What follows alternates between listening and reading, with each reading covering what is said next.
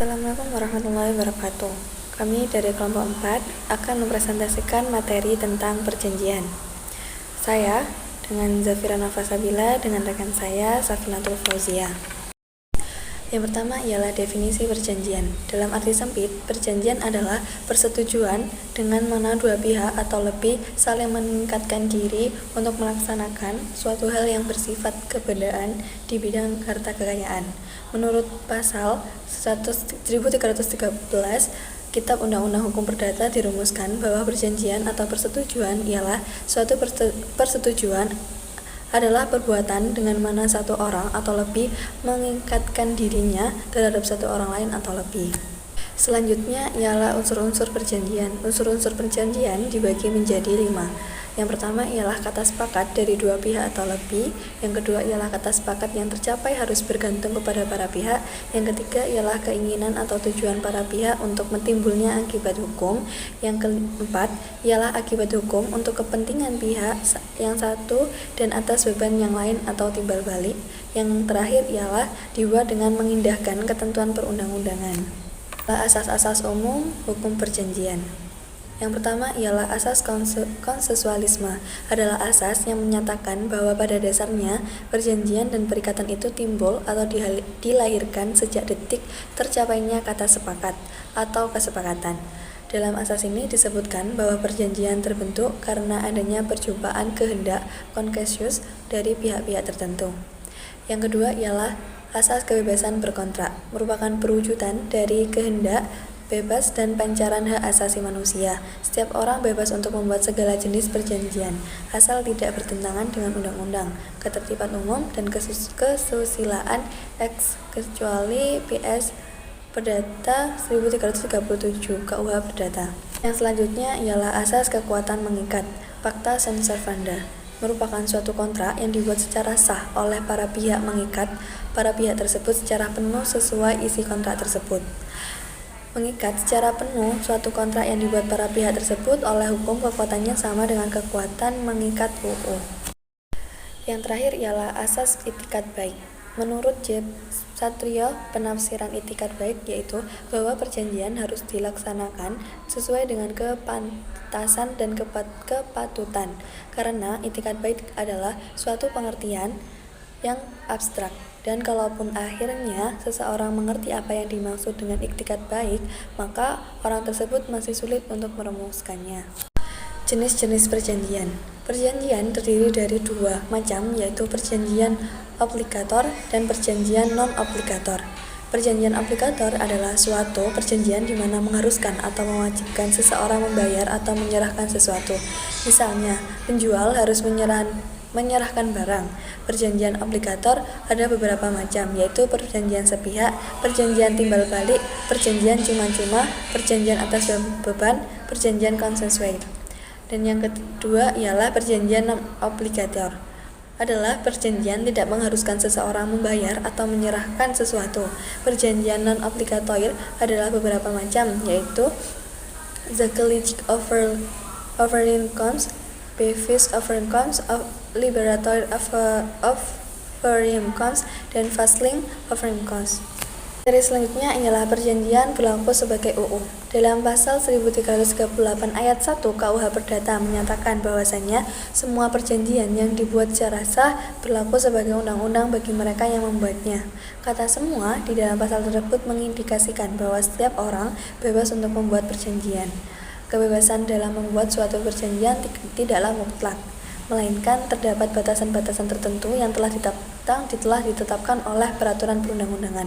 Para pihak tetap memiliki batasan sebagaimana diatur dalam pasal 1337 KUH Perdata, yaitu untuk tetap memperhatikan hukum, kesusilaan, dan ketertiban umum. Materi selanjutnya ialah syarat-syarat sahnya perjanjian. Persyaratan suatu perjanjian merupakan hal yang mendasar yang harus diketahui dan dipahami dengan baik. Suatu perjanjian akan mengikat dan berlaku apabila perjanjian tersebut dibuat dengan sah. Terdapat 4 syarat sahnya perjanjian yang diatur di dalam pasal 1320 KUH Perdata, yaitu yang pertama, kesepakatan mereka yang mengikat dirinya. Dalam tercapainya kata sepakat atau kesepakatan dalam mengadakan perjanjian, kedua belah pihak haruslah mempunyai kebebasan kehendak. Artinya, para pihak dalam perjanjian untuk mencapai kata sepakat tersebut tidaklah dalam keadaan menghadapi tekanan yang mengakibatkan adanya cacat bagi perwujudan kehendak tersebut. Yang kedua ialah kecakapan untuk membuat suatu perjanjian. Orang yang membuat perjanjian harus cakap menurut hukum.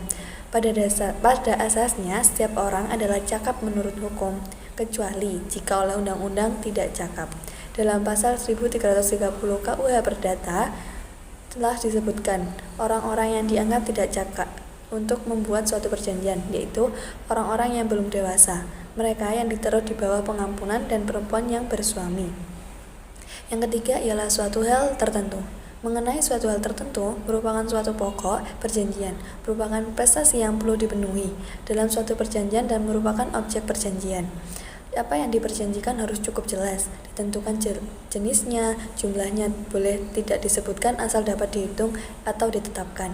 Yang ketiga ialah suatu sebab yang halal. Syarat keempat untuk sahnya suatu perjanjian yang diatur di dalam pasal 1335 sampai dengan pasal 1337 KUH Perdata adalah mengenai suatu sebab yang halal. Terkait dengan hal ini, Wirjono Prodjodikoro menyatakan bahwasannya tidak mungkin ada suatu persetujuan yang tidak memiliki sebab atau kausa. Oleh karena kausa sebetulnya adalah isi dari suatu perjanjian atau persetujuan, dan tiap-tiap persetujuan tertentu mempunyai isi. Selanjutnya, akibat perjanjian. Akibat hukum perjanjian yang sah menurut pasal 1338 KUH Perdata adalah: yang pertama, berlaku sebagai undang-undang bagi pihak-pihak. Artinya, pihak-pihak harus mentaati perjanjian itu sama dengan mentaati undang-undang. Jika ada yang melanggar perjanjian yang telah dibuat, maka dianggap sama dengan melanggar undang-undang yang memiliki akibat hukum, yaitu sanksi hukum. Jadi, barang siapa yang melanggar perjanjian, ia akan mendapat hukuman seperti yang telah ditetapkan dalam undang-undang. Yang kedua adalah tidak dapat ditarik kembali secara sepihak. Artinya, perjanjian yang telah dibuat secara sah mengikat pihak-pihak. Perjanjian tersebut tidak boleh ditarik kembali atau dibatalkan secara sepihak saja. Jika ingin menarik kembali atau membatalkan, harus memperoleh persetujuan pihak lain. Namun demikian, apabila ada alasan-alasan yang cukup menurut undang-undang, maka perjanjian dapat ditarik kembali atau dibatalkan secara sepihak. Yang ketiga, pelaksanaan dengan itikat baik. Artinya, pelaksanaan itu yang harus berjalan dengan memindahkan norma-norma kepatuhan dan kesusilaan. Pelaksanaan yang sesuai dengan norma-norma kepatuhan dan kesusilaan itulah yang dipandang adil. Penafsiran perjanjian. Suatu perjanjian terbentuk karena adanya pernyataan kehendak dari para pihak dan tercapai kata sepakat di antara mereka yang kemudian dituangkan dalam bentuk kata-kata lisan atau tulisan, sikap maupun tindakan. Penafsiran perjanjian sangat diperlukan apabila para pihak memiliki pola pikir yang saling bertentangan. Karena apabila mereka bersikukuh terhadap pola pikirnya masing-masing, perjanjian tersebut akan menjadi sulit untuk dilaksanakan. Penafsiran perjanjian menjadi penting apabila isi dari perjanjian menimbulkan keraguan bagi salah satu atau seluruh pihak yang terlibat dalam perjanjian. Ketentuan-ketentuan mengenai penafsiran perjanjian terdapat dalam pasal 1342 hingga pasal 1351 KUH Perdata yang menentukan sebagai berikut. Yang pertama, apabila kata-kata suatu perjanjian jelas, maka tidak diperkenankan untuk menyimpang daripadanya dengan jalan penafsiran. Yang kedua, apabila kata-kata suatu perjanjian dapat diberikan berbagai macam penafsiran, maka harus diselidiki dahulu maksud para pihak yang membuat perjanjian tersebut daripada memegang teguh arti kata-kata menurut huruf. Yang ketiga, apabila suatu janji dapat diberikan dua macam pengertian, maka harus dipilih pengertian yang sedemikian rupa yang memungkinkan janji tersebut dilaksanakan daripada memberikan pengertian yang tidak memungkinkan untuk dilaksanakan. Selanjutnya, apabila kata-kata dapat diberikan dua macam pengertian, maka harus dipilih pengertian yang paling selarang dengan sifat perjanjian. Selanjutnya, apa yang meragu-ragukan harus ditafsirkan menurut apa yang menjadi kebiasaan dalam negeri atau di tempat di mana perjanjian telah dibuat. Terakhir, Hal-hal yang menurut kebiasaan selamanya diperjanjikan dianggap secara diam-diam dimasukkan dalam perjanjian, meskipun tidak dengan tegas dinyatakan. Hapusnya perjanjian. Berakhirnya perjanjian berbeda dengan berakhirnya suatu perikatan. Suatu perikatan dapat hapus, sementara perjanjian yang menjadi sumbernya masih tetap ada. Suatu perjanjian baru akan berakhir apabila segala perikatan yang timbul dari perjanjian tersebut telah hapus seluruhnya.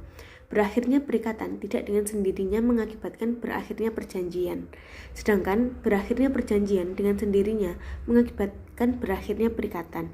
Dengan berakhirnya suatu perjanjian, maka perikatan-perikatan yang terdapat di dalam perjanjian tersebut secara otomatis menjadi terhapus.